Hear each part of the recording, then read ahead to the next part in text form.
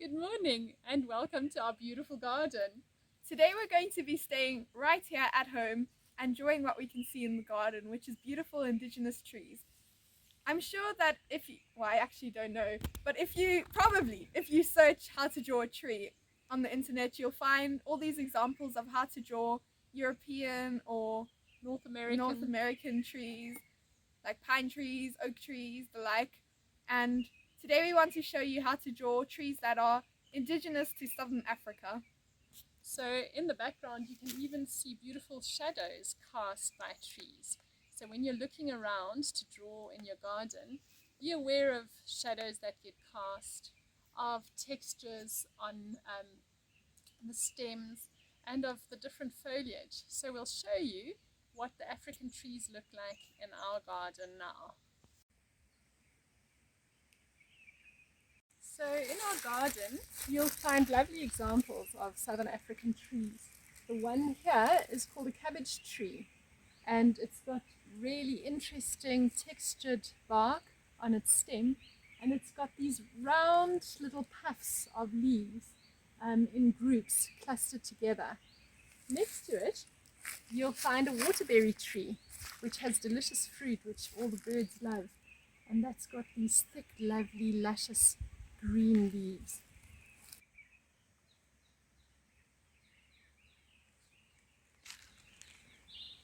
So here is one example of a acacia tree. You find many different species in Africa, and you'll see the bark is beautifully textured, and you get all these gnarly areas in the tree that are lovely to draw.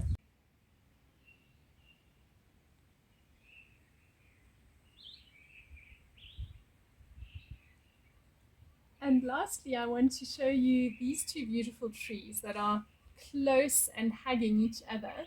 This is also an acacia, and then the lighter stem is one of a coral tree, which has beautiful red flowers that brighten up the area in spring or winter and spring, and a lovely shaped leaf, which you'll also see reflected in the shadow or shown in the shadow.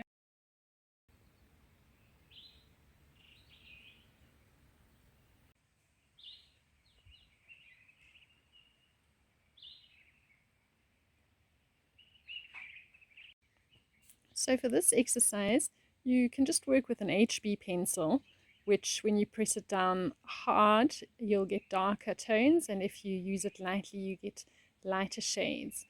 But if you've got an HB, a 2B, 4B, and maybe even a 6B pencil, that'll help you a lot. And always keep your equipment sharp, so you've got your sharpener and you've got your eraser. You might want to also use color pencils or watercolor pencils, but it's not necessary for this first drawing exercise. And then if you've got plain unlined paper, you can use that, and possibly you've got an art book that you can work with. So as my tree, my African tree, I've decided to draw the cabbage tree, which has got a very distinct shape. It's got quite pronounced gnarly stems and branches, and it's got these puffy clusters of leaves. This is one of the leaves of the cabbage tree, but you won't draw every single leaf. You'll draw the area and the shape of the cluster of the leaves that you'll find. So when you're starting off, the first thing that you need to do is look at the outline of the tree and get the shape of the stem and the branches. You might not want to get in the whole canopy because that might be too high, but you'll have to decide according to your tree which is going to be the most important area or the focal point. So here's the completed drawing of the cabbage tree or Closonia spicata in Latin. And once you've done your outlines of your stem and your branches, then you'll start putting details in, either with a dark or a light pencil, or just by pressing an HB pencil down harder, that will give you the darker tones. And then the last thing that you do is get areas that are really dark, so where one branch is casting a shadow on another, or if your light is coming from the one side, the other side of the tree is going to be darker, where there's a bit of a shadow. And then just as a nice compositional element, I added in the rock that I'm sitting on and put a little bit of the shadow of the cabbage tree onto the rock. So I hope you have lots of fun doing your drawing.